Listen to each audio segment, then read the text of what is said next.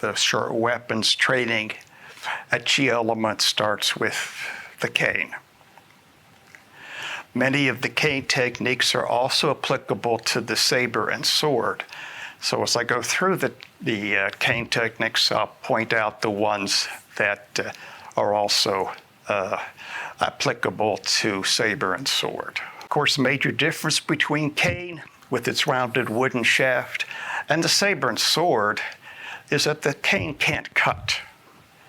So that rules out techniques that are based on cutting and slicing that you can do with the saber and sword. So for example, with the saber, I could slice like that. With the cane, of course, it won't slice. Since it's possible to use the cane for self-defense, we will point out targets for the cane techniques. We'll start with level 1 of our Tai Chi short weapons curriculum, which is equivalent to our blue sash rank in our Tai Chi Chuan program. First, let's become familiar with the parts of the cane. So, the cane has a shaft, which goes from tip to hook. So we count the shaft as this straight part here, and then when it starts to curve, of course, that's the hook. The shaft is used for blocking or striking.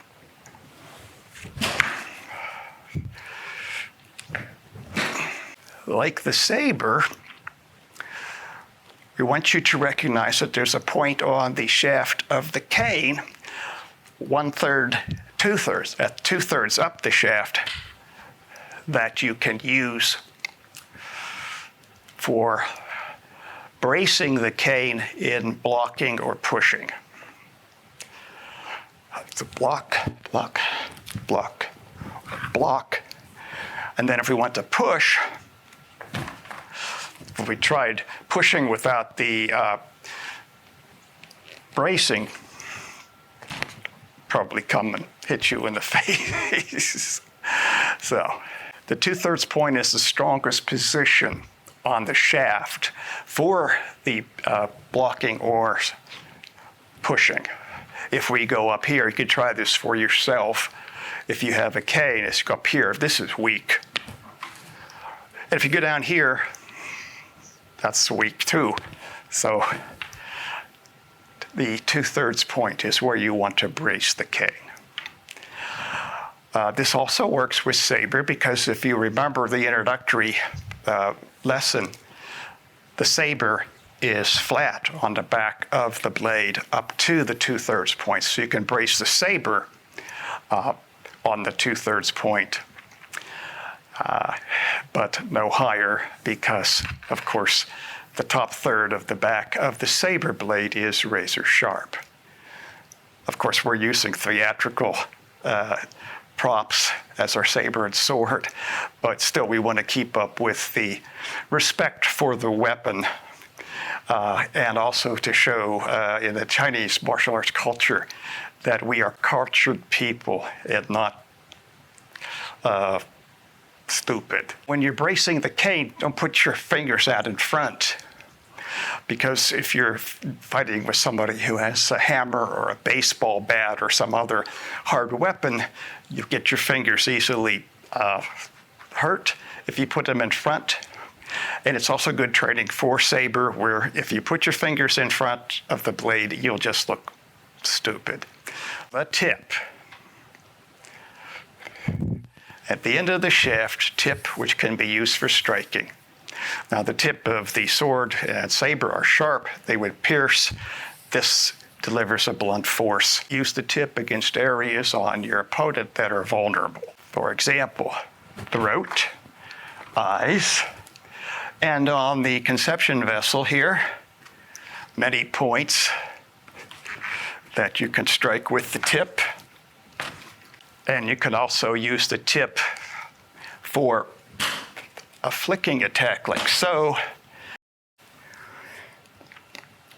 If you want to practice striking with the tip, you can make a device like this, which is just a wooden dowel rod put a 5-pound weight on top of it to keep it stable. And then the base is two 2x6s glued together with the hole drilled through the top 2x6, but not through the bottom. The top 2x6 will hold the rod steady. So with this one, you can practice attacking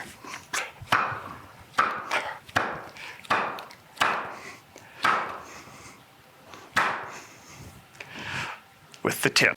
Another device you can use for attacking with the tip is this.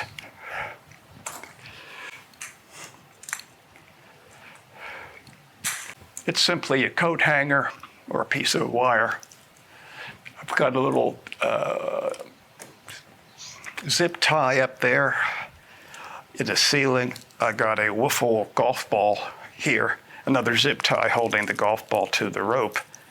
And you can adjust this for various heights and practice the attack with the tip and the flick up. At the other end of the shaft from the tip, we have the hook. Now, hook can be used for handle attacks, so like so, like so. Hooking your opponent's neck. And at the end of the hook, we have the pommel. So pommel can also be used for strikes. So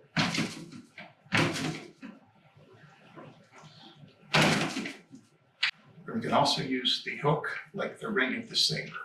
So if I put 2 fingers at the top of the hook, I can generate this waving in front, it's called. The hook is the normal place where we hold the cane. But when we anticipate using the cane in self-defense, we're not going to hold it at the top of the hook. We're going to go to what's called the combat grip position, which is just sliding down so that your hand is at the top of the shaft just before the hook starts to curve.